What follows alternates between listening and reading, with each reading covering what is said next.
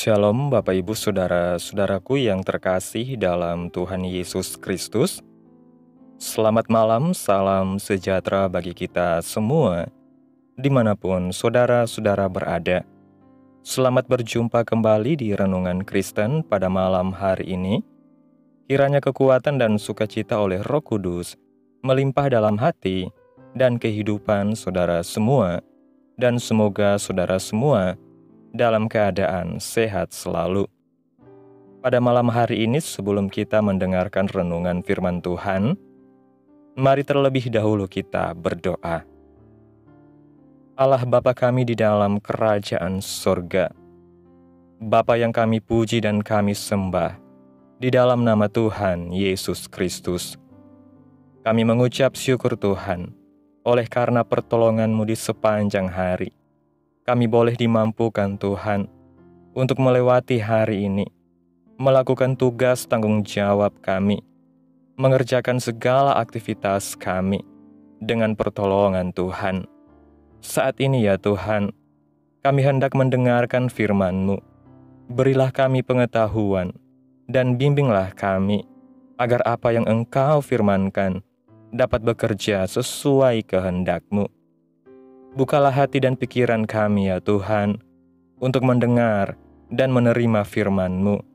Kiranya firman-Mu ini dapat kami lakukan di dalam setiap kehidupan kami, dan menjadi berkat bagi hidup kami. Berbicaralah ya Tuhan, kami sudah siap menerima firman-Mu. Di dalam nama Tuhan Yesus Kristus kami berdoa. Amin. Bapak Ibu Saudaraku yang terkasih, ayat renungan kita pada malam hari ini terdapat dalam kitab 2 Korintus pasal 12 ayat 5 sampai ayat yang ke-10 yang berkata demikian. Atas orang itu aku hendak bermegah, tetapi atas diriku sendiri aku tidak akan bermegah, selain atas kelemahan-kelemahanku.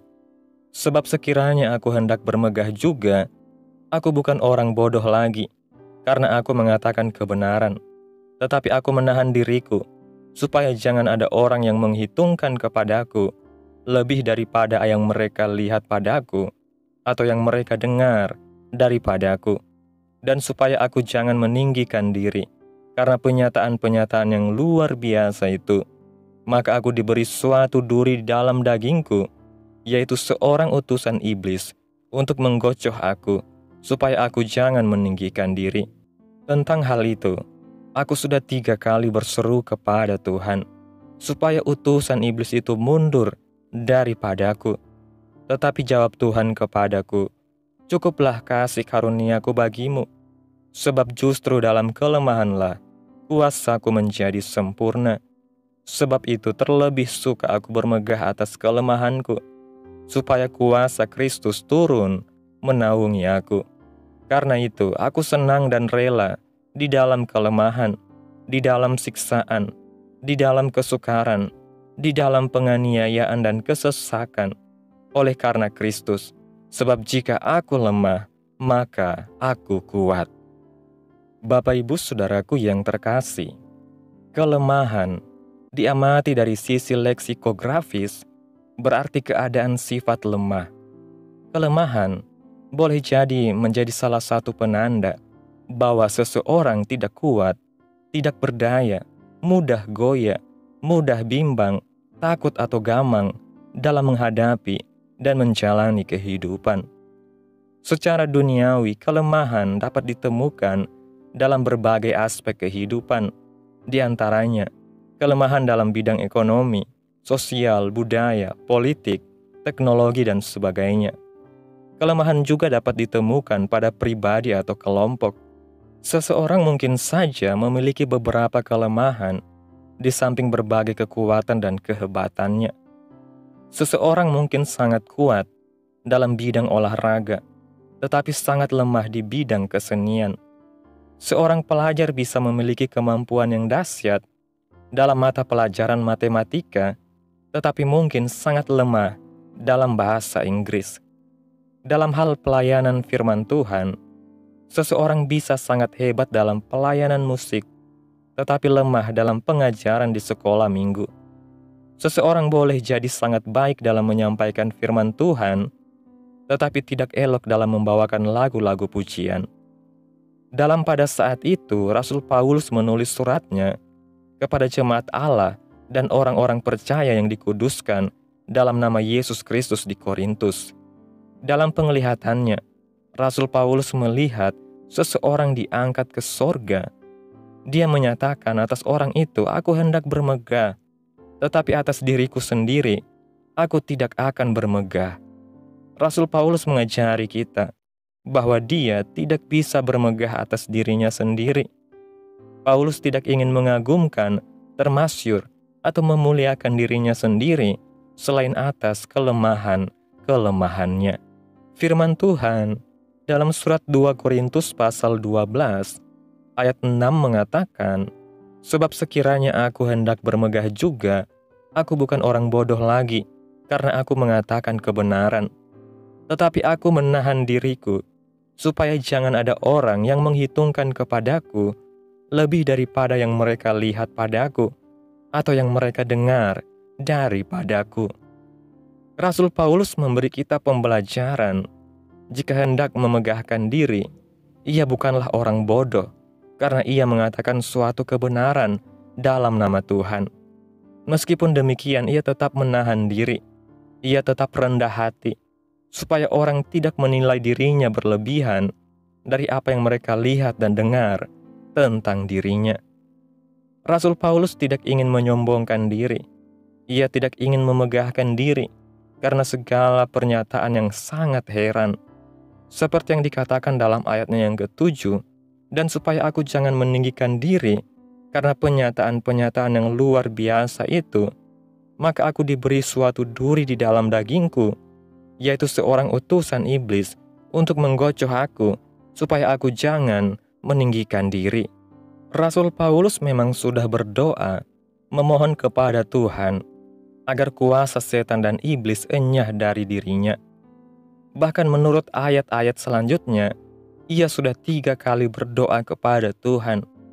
Tujuannya adalah supaya kuasa setan dan iblis mundur daripadanya, supaya semua kuasa kegelapan dan roh jahat tidak mengganggu pelayanannya. Dalam ayatnya yang ke-8 mengatakan, "Tentang hal itu, aku sudah 3 kali berseru kepada Tuhan, supaya utusan iblis itu mundur daripadaku." Namun Tuhan berkehendak lain. Dalam ayatnya yang ke-9 mengatakan, "Tetapi jawab Tuhan kepadaku, cukuplah kasih karuniaku bagimu, sebab justru dalam kelemahanlah kuasaku menjadi sempurna. Sebab itu, terlebih suka aku bermegah atas kelemahanku, supaya kuasa Kristus turun menaungi aku." Dalam penglihatannya, Tuhan Yesus mengatakan kepadanya bahwa kasih karunia Tuhan untuk Rasul Paulus sudah cukup. Tuhan Yesus sudah melimpahkan kepadanya kasih karunia yang berkelimpahan. Tuhan juga berkata kepadanya bahwa dalam kelemahanlah kuasanya menjadi sempurna. Oleh karena itulah, maka Rasul Paulus lebih suka berbangga dalam kelemahannya. Rasul Paulus sangat menikmati kelemahannya, karena dengan demikian, ia memiliki harapan kuasa Tuhan Yesus turun menaungi dan melindunginya. Akhirnya, marilah kita pelajari dan kita perhatikan dalam ayatnya yang ke-10, Alkitab mengatakan, "Karena itu, aku senang dan rela di dalam kelemahan, di dalam siksaan, di dalam kesukaran, di dalam penganiayaan dan kesesakan oleh karena Kristus. Sebab jika aku lemah, maka aku kuat."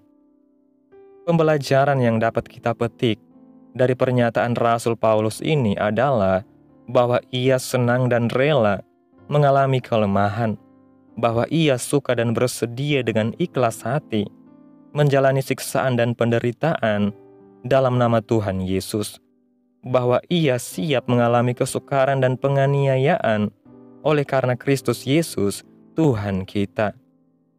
Hal itu karena Rasul Paulus percaya bahwa jika ia lemah dalam Yesus Kristus, maka ia akan menjadi kuat di dalam Dia.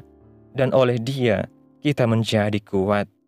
Oleh sebab itu percayalah, imanilah, bahwa di dalam Yesus Kristus Tuhan kita tidak akan lemah. Di dalam Dia kita akan menjadi kuat dan penuh semangat. Percayalah bahwa Tuhan Yesus berkuasa dan sanggup menyertai, menolong, menopang, dan membela kita. Percayalah bahwa Tuhan Yesus Kristus berkuasa dan sanggup memberi dan memberkati kita dengan kekuatan, semangat, dan jiwa yang baru. Percayalah bahwa di dalam Dia kita tidak akan lemah, tetapi sebaliknya kita akan menjadi kuat. Percayalah bahwa di dalam Tuhan kita menuju kesempurnaan hidup yang kekal, yang sejahtera, dan penuh sukacita di sorga. Bapak Ibu Saudaraku yang terkasih, kesimpulan renungan pada malam hari ini, Rasul Paulus mengajarkan kepada kita bahwa kelemahan bukanlah hal yang perlu ditakuti atau dihindari, tetapi justru dapat menjadi sarana bagi kuasa Tuhan untuk bekerja dalam hidup kita. Dalam dunia ini kita seringkali menganggap kelemahan sebagai sebuah kekurangan yang harus ditutupi atau dihilangkan. Namun firman Tuhan mengajarkan bahwa justru dalam kelemahanlah kuasa-Nya menjadi sempurna. Ini berarti bahwa ketika kita merasa tidak mampu, ketika kita berada di titik terendah dalam hidup, saat itulah Tuhan bekerja dengan luar biasa untuk menyatakan kasih dan kuasa-Nya. Rasul Paulus, seorang hamba Tuhan yang luar biasa, mengalami apa yang disebut sebagai duri dalam daging.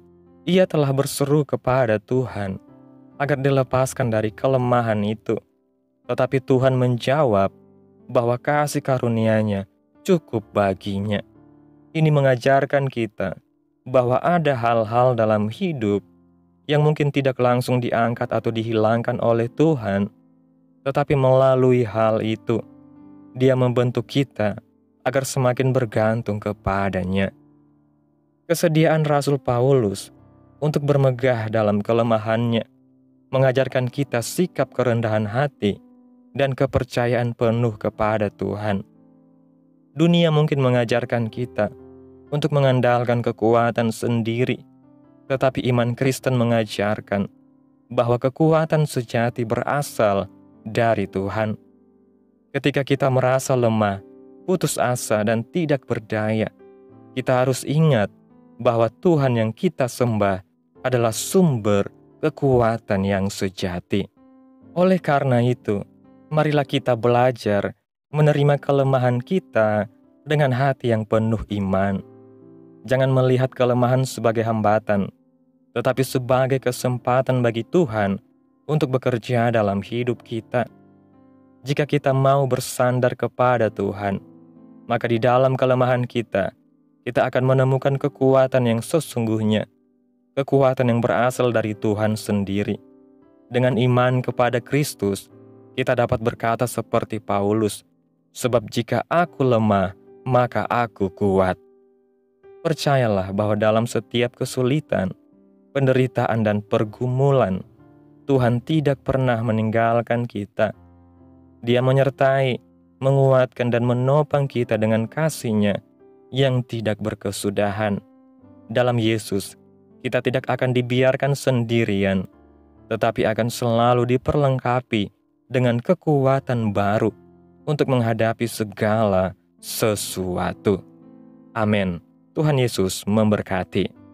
Demikianlah renungan firman Tuhan pada malam hari ini. Biarlah menjadi berkat bagi saudara semua yang sudah mendengarkan.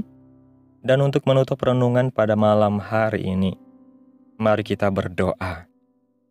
Bapa kami yang ada di sorga, Bapa dalam nama Tuhan Yesus Kristus, kami bersyukur atas pertolongan-Mu, penyertaan-Mu, juga atas kasih dan berkat-Mu dalam kehidupan kami. Kami berbahagia dan bersyukur atas kebaikan Tuhan dalam hidup kami. Terima kasih Tuhan buat penyertaan-Mu di sepanjang hari yang telah kami lewati. Hingga pada malam hari ini, kami boleh bersyukur lagi di hadapan Tuhan melalui doa dan renungan pada malam hari ini. Terima kasih Tuhan buat firman-Mu yang mengajarkan kami untuk tidak takut pada kelemahan kami, tetapi justru bersandar pada kasih karunia-Mu yang cukup bagi kami. Terima kasih karena Engkau senantiasa menyertai, menopang, dan menguatkan kami dalam segala keadaan. Kami percaya bahwa ketika kami berada di dalam Tuhan, kami menjadi kuat. Terima kasih Tuhan buat firman-Mu. Tanamkan dalam hati kami, dan mampukan kami ya Tuhan, untuk melakukan firman-Mu di dalam setiap kehidupan kami. Dan biarlah perkataan firman-Mu terus menyegarkan jiwa kami, menghidupkan hati yang lemah dan lesu, dan membangkitkan harapan dan kasih. Berkati umat-Mu yang sudah mendengarkan firman-Mu hari ini. Berkati di setiap saat, tempat, dan kondisi hidup mereka, agar senantiasa selalu merindukan dan membutuhkan firman Tuhan sebagai pelita kebenaran yang memerdekakan dan penghiburan yang menguatkan. Ajarilah kami bahasa firman-Mu, dan bimbinglah kami untuk selalu hidup sesuai kehendak-Mu, agar kami selalu dekat kepada-Mu. Kiranya Tuhan terus memberkati kehidupan kami, keluarga kami, sanak saudara kami, daerah tempat tinggal kami, bangsa dan negara kami, pemerintah kami. Biarlah semuanya dalam berkat perlindungan-Mu ya Tuhan, dan jadilah sesuai kehendak-Mu yang terbaik bagi kehidupan kami. Hamba berdoa ya Tuhan, buat umat-umat-Mu yang sudah mendengarkan renungan pada malam hari ini, yang saat ini sedang mengalami sakit penyakit, pergumulan masalah, kebutuhan ekonomi. Kiranya Tuhan menjamah kehidupan umat-umat-Mu, sembuhkan sakit penyakit mereka, pulihkan keadaan umat-umat-Mu, berkati perekonomian mereka, serta berikan jalan keluar dalam setiap pergumulan masalah yang umat-umat-Mu hadapi. Dan ajarlah kami ya Tuhan, untuk selalu berharap dan percaya sepenuhnya hanya kepada Tuhan Yesus. Pada malam hari ini ya Tuhan, kami akan beristirahat dalam tidur kami. Tutup bungkus kami oleh kuasa-Mu. Hindarkan kami dari segala kecelakaan, mara bahaya, sakit penyakit, orang-orang jahat, kuasa-kuasa kegelapan, iblis, bencana-bencana alam, hal-hal yang tidak kami inginkan. Tuhan singkirkan, Tuhan jauhkan, Tuhan hancurkan, hanya di dalam nama Yesus. Kiranya Engkau sertai dan lindungi kami di sepanjang malam ini, sehingga kami boleh bangun besok pagi dengan tubuh yang sehat, kuat, serta diberkati Tuhan. Terima kasih Tuhan, inilah yang menjadi seruan doa kami. Mari sama-sama kita berdoa. Bapa kami yang di sorga, dikuduskanlah nama-Mu, datanglah kerajaan-Mu, jadilah kehendak-Mu di bumi seperti di sorga. Berikanlah kami pada hari ini makanan kami yang secukupnya, dan ampunilah kami akan kesalahan kami, seperti kami juga mengampuni orang yang bersalah kepada kami. Dan janganlah membawa kami ke dalam pencobaan, tetapi lepaskanlah kami daripada yang jahat, karena Engkaulah yang mempunyai kerajaan, dan kuasa, dan kemuliaan, sampai selama-lamanya. Amin. Mari sama-sama kita terima berkat Tuhan. Tuhan memberkati engkau dan melindungi engkau. Tuhan menyinari engkau dengan wajah-Nya, dan memberi engkau kasih karunia. Tuhan menghadapkan wajah-Nya kepadamu, dan memberi engkau damai sejahtera. Terimalah berkat Tuhan, di dalam nama Tuhan Yesus Kristus. Amin. Selamat malam, selamat beristirahat. Tuhan Yesus memberkati.